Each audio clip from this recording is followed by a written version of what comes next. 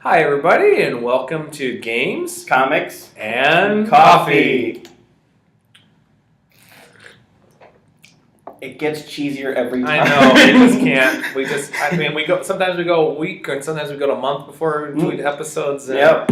it's good No. cheese. Actually, I'm having a creme brulee today. Actually, it's very good here. It's been a long work day. Americana with the chocolate flavor. Budget. Yeah. Still on a budget. I do have a house now. This is why I don't have Grand Theft Auto 5 today, because I'm on such a tight budget. I know a friend of mine who's a newscaster. I know who's going to be watching this, because he's getting it himself. He has a better budget. I have a good budget. I just don't have a game system anymore. So I work at Burger King. I don't have a budget. And I work for a private organization, so we Not the Burger King's not great. No, I eat there too. Yeah. I work there. I don't eat there. I'm around it. Actually, I do. And I do have an image to maintain, because let's face it, it's out there. People see me, and I need to be on my best behavior. Mm-hmm. So do I. Sometimes. So, Adam, kick us off, because this is really your alley, and I can completely relate to this one. So, okay. Get us going here. Well, I just mentioned Grand Theft Auto 5. Just came out last night at midnight. Yep. I didn't go because I didn't have the money, but I actually did drive by GameStop on my way home from a friend's. I could not believe how many people were in that parking lot.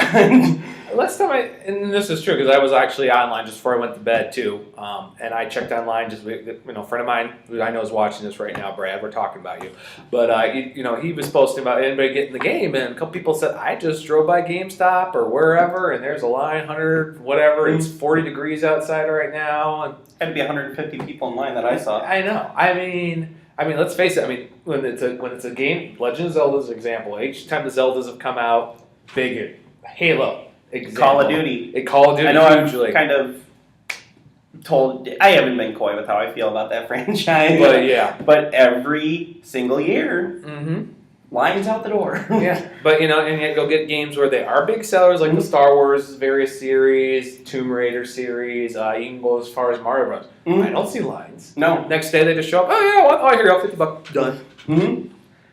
But I miss my Mario games. But anyway, so our big topic today is not just the new one that just came out of Grand Theft Auto 5. I mean, we'll discuss that a little bit. Yeah. We haven't played it, unfortunately. Yeah, but we're talking more of the Grand Theft Auto franchise as a whole. Yes. Specifically, we're going to try and tackle the controversy that has really surrounded this franchise. Yeah. We're going to be very light with this, because I know some of the viewers here maybe not like it, maybe don't want to hear some of the bad stuff. We're going to be very light. We're going to be very family friendly. Yes, this is. We are. This is an all ages kind of thing. This is Molly Danger in the vidcast. This is maybe like the high end of the G rating, maybe very low PG. Very, very low PG. So ever since 1998, when the very first Grand Theft Auto came out for PC, this game has almost been like a magnet for controversy. You got a little bit in '98 when the first one came out, because you could shoot at people and everything. And that was but it was the aerial view, and it wasn't realistic. Yeah. I know Grand Theft Auto 2 came out in London, and that was essentially the same thing. They just changed some levels. That's all they did. Yeah, basically what they do with Call of Duty now. Sorry. You knew it was coming. Change a few levels, and there you go. And anyway, a sequel. We'll work. We're moving on. We will work for food anyhow. So then Grand Theft Auto. I see how we'll talk. You just said Gandalf. I don't have Hobbit on my brain. Why do you ask? Or Thor? It's called Games, Comics, and Coffee for a reason. Comics get in there. Anyhow, but Grand Theft Auto 3 came out in 2001, and that's really where the controversy erupted. And I do remember when that came out too. I just remember how they just were having the TV, and that was. This is 2001, so I'm fresh out of college. I'm working the movie theater. I'm making okay money. I got my, GameCube. I got my friends got the PlayStations and everything. I had the Nintendo 64. You're right. Yeah. So I'm in the whole game genre too, and I just looked at that game and went, "Wow, I want to play that game." And then I played that game and I went, "What? What is? Whoa." Wow. Why is that lady, not dressed? Why does it look like I'm seeing some bad B-movie Baywatch crossover versus Inner City? Really, that's what it was. I was thinking NYPD Blue meets Baywatch. That's what I was thinking. Yeah, well, you got to give it to Grand Theft Auto 3, though. They did blow the doors open for video games. They did. we wouldn't even have the open world games now if No. it wasn't for Grand Theft Auto 3. Because that's what it was. Yeah, I mean that they're the ones that give us the open world, or as some people call them, the sandbox games. That would be the best way to say it. That was the first one, but that was actually one of the few times you could play a game and the protagonist didn't talk. Yeah, that's what was interesting. And you still rooted for him, almost like this is the franchise. A lot of people watching probably know this is the franchise where you root for the bad guy. You are a bad guy in here. And Grand Theft Auto 3, this was before Nico Bellic of Grand Theft Auto 4. He was just a straight up criminal. Right. Nico Bellic, I mean, he started in it. He didn't want to be a bad guy anymore. No, and that was the thing. This was just a cold hearted criminals. Yeah. It was the killing cops that really got people in that one. Right. And I remember about a year later, because I think about a year later, Grand Theft Auto Vice City came out. Yeah. And that actually featured some celebrity voiceovers. I know 3 did as well, but Grand Theft Auto 4 had like Ray Liotta as your main protagonist. Exactly. What's that guy? He was like a drug addict. I forget his name. Tom Sizemore. Oh yeah, Tom Sizemore. I almost forgot about Tom Sizemore. Yeah, he was in that. He was in that one. I know they had several others in there. And actually, I played Vice City more for the soundtrack. and that was the thing, too. I mean, it's not in your notes, Adam, but one thing about Vice City is they paid out a lot of royalties to get the music. Run DMC and that's the thing. I mean, if anybody's ever seen certain movies, I mean, yeah, you make these sounds, but you don't forget is somebody wrote those songs. Somebody made those songs. That started in someone's head. It started in somebody's head. And they have albums, they have record deals. There's, they can joke with the whole, iTunes and Napster has destroyed the record industry. Yeah, but in cases like video games, especially Vice City, guess what? They found a way to make some good money. It's whether the song was written back in the 80s, was a song out of the early 90s, or back in the 70s. There's a song there. I mean, they paid out money for that. And the truth is, if it wasn't for that, that's what opened it up more, too, is they actually started making these games with actual soundtracks. Yeah. Not just like a dee-dee-dee-dee-dee-dee. or someone making an original song that has no voice, or like, I'll do an example, Batman the Animated Series, where they would do original songs, get actual known singers to make original songs. They didn't have to pay the royalties, but then it was just straight for that copyright patent, so they were good. And here they broke that. Yeah. Well, getting back to Vice City, that was actually my first introduction into the Grand Theft Auto series. Well, I mean, I can't really say that because I'd seen the other ones. I never really played them. Vice City was where I first played it. My dad bought it for me. My mom was upset that my dad had bought it for me because it was on the news of how violent it was. I think that might be, I don't know, correct me if I'm wrong, but I believe that was the first violent video game to hit the news, just that game. Not the game overall industry, but that one game. And it's so funny because if anybody remembers back in the days of GamePro and Nintendo Power were actual magazines, one thing is they always did ratings on violence and everything. It wasn't like, people would talk. I think, if I can remember, the best version was in the 90s, Lion King, believe it or not. There was a scene, there was a glitch in the game. When you were fighting Scar in the last scene, if you didn't do right, Scar would slash you and there actually would be red digital blood. And that jumped people. They got rid of it, of course, later on. Yeah. I mean, it was a big hit, but that was not supposed to be in there. Even though, if you've seen The Lion King, it's good. G-rated, but it's very violent. Yeah, when the story. But this was a game where it was downright. Forget the little whatever 8-bit graphic, the characters explode and disappear. I mean,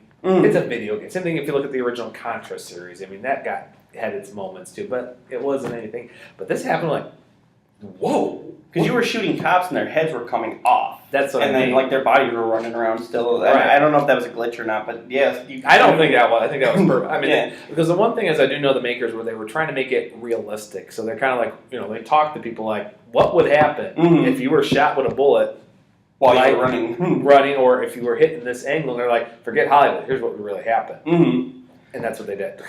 Well, I mean, they had the unrealistic blood splattering out, but the thing was, here's the thing, it is still a game. You don't just, if you're riding a motorcycle, you don't hit a curb and then go into the corner of a building and just lose 5 health points. Yeah, that's where people were getting confused. It's like, okay, it's realistic looking, but it's still a game. Yeah, or a glitch, and you're like, now you're somehow in the building, though you didn't break through the wall, and your motorcycle's still together. It's like, Or my favorite is you can't just shoot a bunch of people and then go into your room and say, okay, all charges are acquitted. You can't get me, I'm going to sleep. Saving progress now, and bye. And the next morning, oh, what the people? Hey, it's a new level. It's a new day.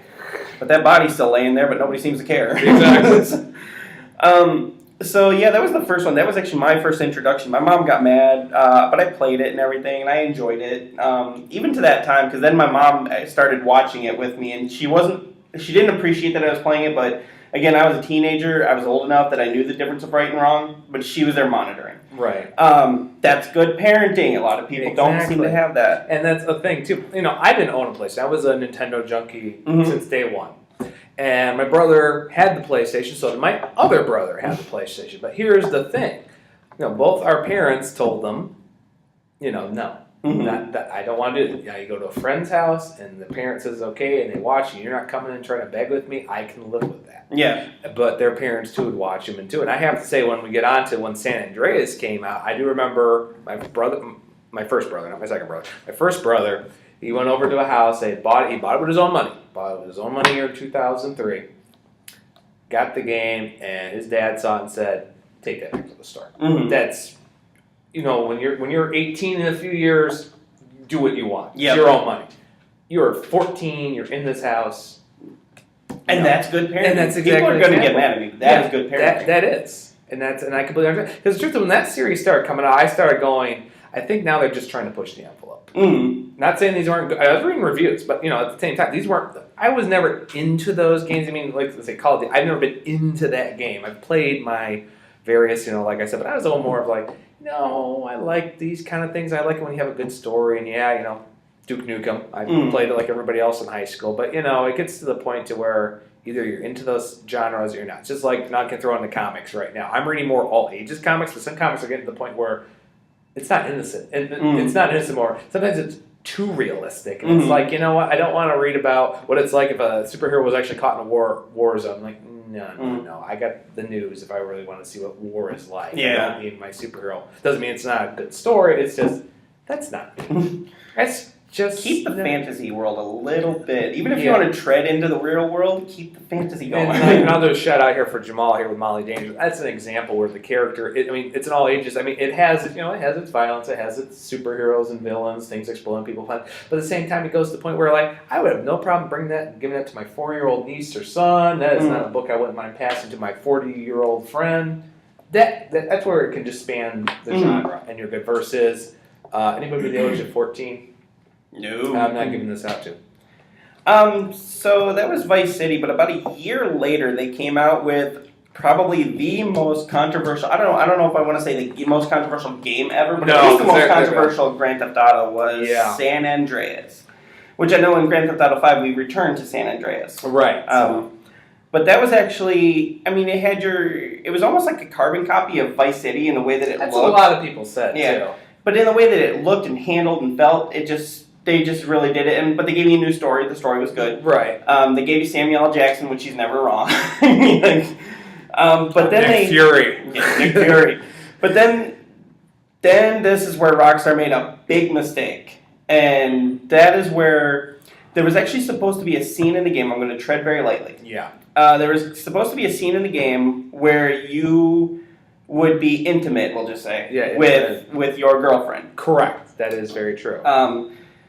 Now remember, that's different characters. Yes, they're unmarried and everything, but that's the story they're telling. Yeah. Well, that even Rockstar deemed to be too risque for the game. I think they submitted it to the electronic board, but they said no. So they actually, instead of taking it out of the game, they hid it under codes. Yeah. Which I think is cheaper to do than just taking it out. So because if you understand how this works, since I'm in technology, is if you have a program written, it's easier to hide it, or as they call it, shadow it, because otherwise you have to completely rewrite the stuff. And there's no guarantee it's going to work the same because you erased it. And the truth is, I'm pretty sure, and I heard some rumor years ago that some old Atari game had some very strange scene in it, and it was there because they were copying the movie, but keep in mind, 6-bit graphics. Yeah, it's a little different than compared to that. But the truth is, they found out that the only way they couldn't erase it because they were on a deadline. It was going to mess up the whole game, so they completely hid the game, and nobody knew about this for years upon years. And they released it in a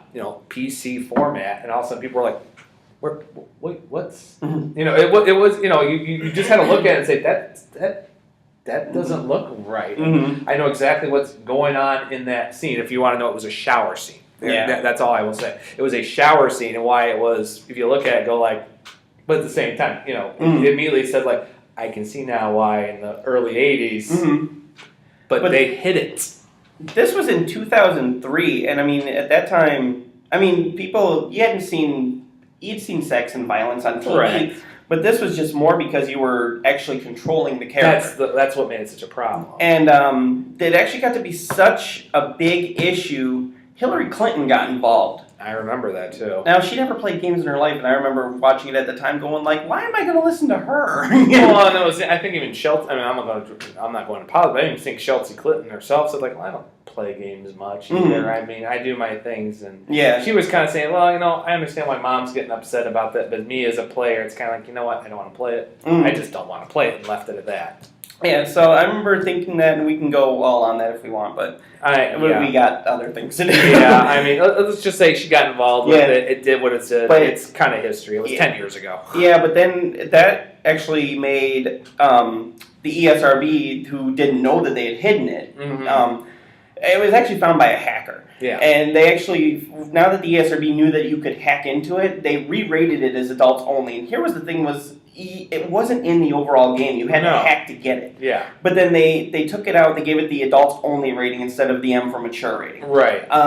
And the adults only rating is basically like the NC-17 for movies. Correct. It's basically a killer because then retailers won't sell it. You can really only sell it online, I believe. Right. Or maybe at second-rate stores. Exactly.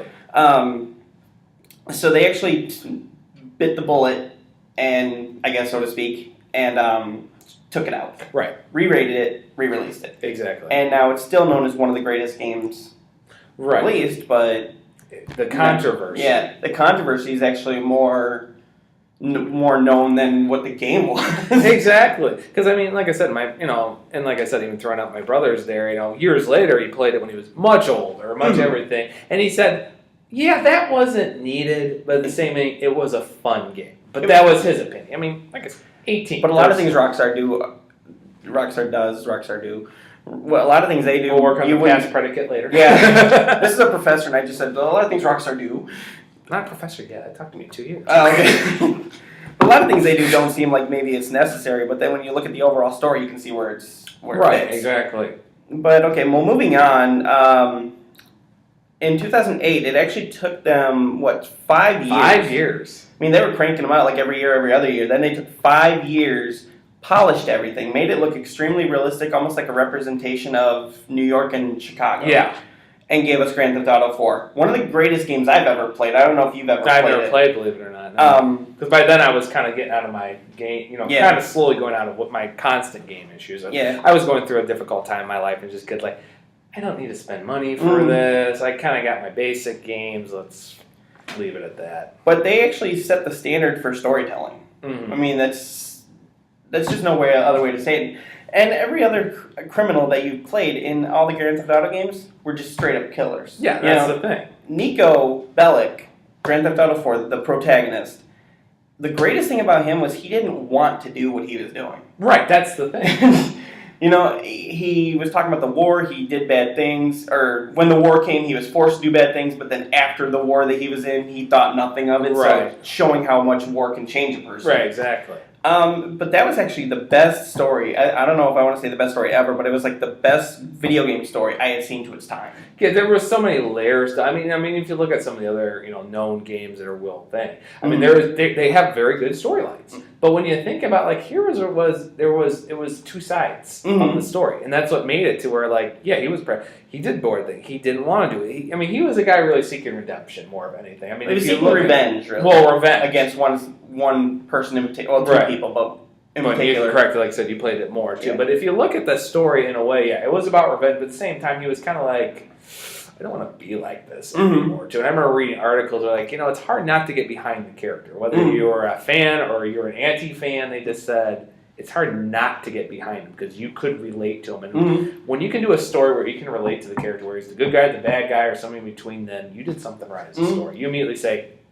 I know how he's feeling right Well, comic books have done the same thing. The Punisher. Oh, I mean, yeah. he does a lot of bad things. Oh, yeah. But you almost feel for him because you know why he's doing it. Right. And the way you kind of see his point of view, just like in a way, it's also the same thing too. Like where a cop could then part like, well, hey, you're a cop versus he follows like them. But then you look at the two ones like, well, sometimes he has that live and die situation. Sometimes he has to make that decision. And I think that's the trick that's always been with the Punishers. They have to make sure he's not the one note. The fact is you got to keep those layers on him, because if you just make him the straight out killer out for revenge, it's old, it's boring, somebody go arrest him. If you do it to like, well, I don't really use rubber bullets, you've really taken away what the character originally was and everything. I mean, same thing would go into this Batman. I mean, you know why he's Batman. He might use unsound means, and yeah, he has that caring part where, they'll throw the criminals back in Arkham, back in Blackgate, whatever. But you know what makes him that character. As soon as you try to tread away from that, I'm really looking forward to Arkham Origins. Oh, we are so reviewing that one. Oh yeah. Arkham Origins. They said that in that game they actually have him kill somebody, but it's because he doesn't know how to pull his punches, or he doesn't know how to strength at this Well, point. and in a way it goes It's back year to, one. and that's what I mean. It goes back to Frank Miller's too, where he tried to make that cross and everything. But at the same time, if you look at year one, just like in Batman Begins, I'm not going to kill you. I don't have to save you, and that right there does that whole little situation kind of thing too.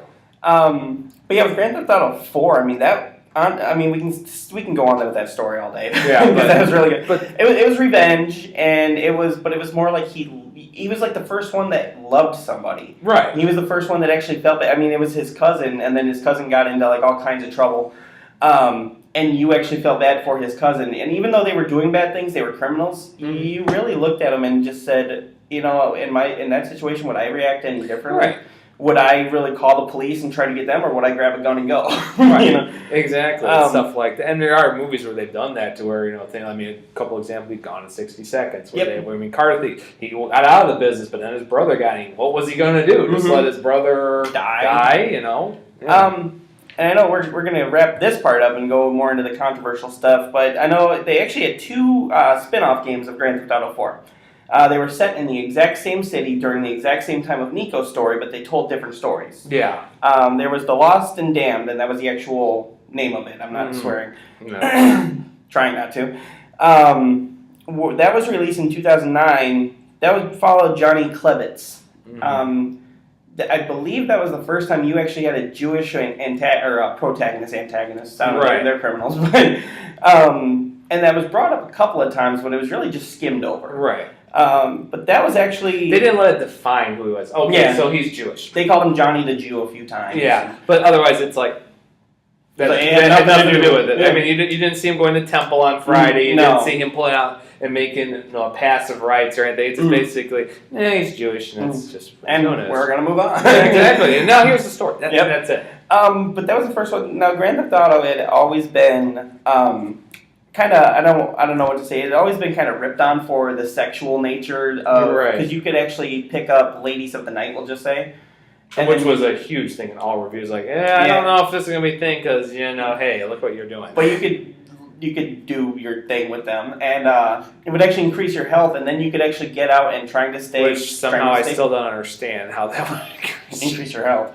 But yeah, you could do that, and then you could actually get rid of them. We'll just say that, get rid of them, and get your money back. Exactly. But, so women had always been kind of shown in like almost like a negative sexual... Yeah, that's the thing, too. Yeah. And there'd always been partial nudity, and it was always like at a strip club, and they would show like women in revealing clothes, but she was always covered. Right. The Lost, we'll just say TLAD. Yeah, that was the first one that showed full frontal nudity, and it was a man, which really threw everyone for a loop. Right. Because everyone thought, they're going to have like a topless woman or something. No, it was a guy in a sauna, and it wasn't in a sexual way. He was just in a sauna, and he stood up and... And I do remember seeing that not seeing the picture, but seeing the article where some people just went, whoa, wait a minute. I mean, they threw everybody for a loop. With everything else that's going on in the game, we actually got upset that they were going to show stuff. Exactly. But that was the first time. That was really... it had a great story and everything, and then, of course, in Grand Theft Auto 4 actually, I guess we can even go back to Vice City. That was when the radio show started getting kind of racy. Yeah. And then they started talking about, like, inbreeding and stuff in TLAD. Right. And stuff like that, which I thought was a little pushing it, but then again, I was like, it's Rockstar, and at this point, yeah, what isn't pushing it? Yeah, what is it at this point in time, especially when they had like hidden codes and hackers and stuff. After the hot coffee, that almost cemented their status as they could get away with anything, and everyone would just say like, well, it's Rockstar. Yeah, what else are we gonna do? But that's almost like with comics too. I mean, you look at those real violent ones. Look at like Kick-Ass. What's too far? Well, exactly, especially with the series ending. I mean, I'm not reading the book, but at the same time, that's what they're saying. Like, well, what is too far? Where is this line? It used to be very clear, and now they're just kind of like. And I think that's why some people are starting to get some more. Why you've seen this return to all ages for comics, games. I think because people are now like, you know what, you've gone too far. Mm-hmm. Really. Pull back a little bit. Mm-hmm. And it's just, that I mean, I think that's the problem. I think that's another thing, too. I mean, like, I think when Tyler's a little older and he's actually playing regular video games, not, playing Angry Birds or, I like Angry Birds. Or playing Stack of States, stuff like that. Yeah. That's where it's kind of go like, yeah, Tyler, here, play Mega Man 12. I do not want you anywhere near those games. And that's what you have to worry about as a dad, because it's like, well, I mean, I know they rate them, but you kind of go, but it's not like when I was. I mean, let's face it. I remember when the GameCube game, the first Rebel Assault came out for Star Wars, and I couldn't wait because I was in the TIE. I was blowing up TIE Fighter. I was making Star Destroyers blow up. I was like, I was in Star Wars. Mm-hmm. But in a way, it was that kind of way where I know what I was doing. Yeah, it was violent, but at the same time, it was like it was a video game. Mm-hmm. Now, if you play the current Star Wars series, you're like, wow, this is almost like the movie minus the actors. Yeah, but the thing is, I mean, that goes back to parenting. Yeah, it's exactly. Like the parents need to educate themselves on the games before they just go out and buy them. Right, that's the big thing. Let's face it, even kids with a paper route, they're not walking to the store, especially these days. I mean, where I live, the closest game store is 15, 20 minutes in either direction. So if my kid's walking to the store to buy a game, I think I'm going to be a little more worried how he's getting to the store versus what he's buying at the store, considering I would control that. Yeah. So. Well, actually, and speaking more of parenting, I remember I was working at Best Buy. This is before you and I had worked at Borders together. Oh, yeah. Actually, the job right before I had that, I worked at the one in Geneva, Illinois. And I was working in the video game section because I was the media, which took over the music CDs, the DVDs, the stereos. I was working in video games at the time. I am not kidding. A woman came up with a kid who couldn't have been more than about 6 years old. And he handed me this game, and he was like, I want to buy this. And I was like, well, what is it? And I saw it was Mortal Kombat, which was very M-rated. And, and I told her, I said, I don't think this is really appropriate for him. Right. So she told him, go put it back. Well, then he picked up Vice City, which was out about the same time as Mortal Kombat Deadly Alliance. Yeah. It was out about the same time, and she was like, I've heard about this game, but what's in it? So I showed her the ESRB ratings. I sat there with her for 10 minutes explaining what that was, explaining what blood, gore, violence, and I'm not kidding. She goes, well, what's in this game? I explained, the ladies of the night, the shooting of police officers, and her exact quote to me was, oh, so is this not appropriate for him? And I was like, I just explained this game in graphic detail. And she's like, well, maybe I should buy it for him and just see what happens. I said, no. I refuse to sell it. Yeah, I have. Wow. Eventually, she talked to another employee who also backed up my story, and then she got something little. I showed her something more his age. I don't remember what it was. I showed her something more his age. She thanked me, walked out, but I never saw her again. I was like, well, I don't know if I upset her or what, but I was just like... Or maybe she just didn't come in those days, but either way. What kind of parenting was that? 6 years old? Oh, but ladies of the night and killing cops, that's okay for him, right? He's 6. Yeah, I know. I'm not going to say, oh, let's choose Mortal Kombat over that. I'm like, okay, you're telling about martial art. I mean, granted, it's fantasy. Yeah. But at the same time, like, you got a guy where you're freezing them, you're breaking them, their bones are showing up, you got internal organs. Yeah. I don't... Go on here. How about both? Anything above an E rating. There you go. But anything above an E rating. Let's stay away from... Yeah, especially 6. I don't know. Yeah. But, that's okay. Wow. One last game that we had was the most recent... Well, not the most recent now, but the most recent before last night. Yes. Was Grand Theft Auto, and this was the title. It was called The Ballad of Gay Tony. Again, you're shooting, and, the very deep, rich story, very good story. this was actually praised. Well, actually, Grand Theft Auto 4, TLAD, and the Ballad of Gay Tony, they were all praised for their portrayal of gay characters. Right. Not being stereotypical. Right. I mean, you had a few that were, but I mean, even in real life, you get a few that are stereotypical. Well, right, and the truth, and that's an interesting thing, because the truth is, one thing is when you get, especially if you look back 10 years ago, so characters were very stereotypical. Lara Croft, I think, is the biggest example of it. Who was another? Well, let's Before this last Tomb Raider. Yeah, exactly. I mean, let's face it. When they finally started making Mario talk, look, he's sounding like an Italian at a bad pizza restaurant. I mean, it's a me. Exactly. It's like that's a little I mean, it's still Mario. But it's like why did you even make him talk? It's just, it's not like back in the day where Lou Albano, John Holland were doing the voices of Mario in the cartoon, and they throw out Italian terms, but it never sounded stereotypical. He called you paisano, or he said "Mamma Mia." It worked in the context versus "Oh, Mamma Mia! Oh, what am I going to do?" It's like stop it. I mean, and we can even throw Wreck-It Ralph as an example there. He didn't want to be the stereotypical villain anymore. I think that's the best portrayal right there. What? I love that movie. It's a great movie. And, they're making the sequel. But I think that's an example, even when they were making mocks of some of the characters and everything. I mean, I think that's where they kind of say, these are characters that are tired of being stereotypes because they were created to be stereotypes. And in that case, they wanted to say, this is not going to be a stereotype character. He eats, he breathes, he does this stuff. This is how he is. And we left it at that. And that's really where I'm going to leave it at, because it'll really go into controversy. But I just say that's... I'm excited. They've actually announced, quietly announced that they're going to do Wreck-It Ralph 2. Right. And Mario is coming in. And Luigi. And I believe Bowser will show back up as well. Yeah. Oh, I love that scene. I'm sorry. Support group of supervillains. Clyde. I'm bad, and that's good. We review games and coffee, and we're good. Yeah, there you go. See, this is bad, and that's good. Cheek. Coffee. Mine's gone now. I still have like half a cup. Slower than but really speaking budget. More, yeah. Wow, I have never been this poor, I don't think. Shh, don't say it too loud. Yeah, you can always get poor. I proved that 3 years ago. Now I have a house. Now I'm always poor. Yeah. It's a nice house, though. I pay $6.15 a month for rent. I'm poor. I love to pay $6.15 right now. Yeah, but I work at a fast food restaurant. BK. And I'm going later on to buy a Thomas movie. Think about this a second, where my money's going. My money's going to bills. Well, mine are, too. I would say. And I have a little miniature version of me now, too. So now it's payback time. 30 years later. Wow, we really strayed off. I think it's time we call it. I think we've gone too far. I think we need to get Otto City over here. Maybe. I do want to mention this, though. There's actually been a villain almost in the Grand Theft Auto universe. There was a lawyer. He's no longer a lawyer. Right. His name was Jack Thompson. Jack Thompson. All right. But no, Jack Thompson. Yeah, he was a lawyer. He actually sued. He almost blamed video games for everything they did. Yeah. He almost all the world's ills.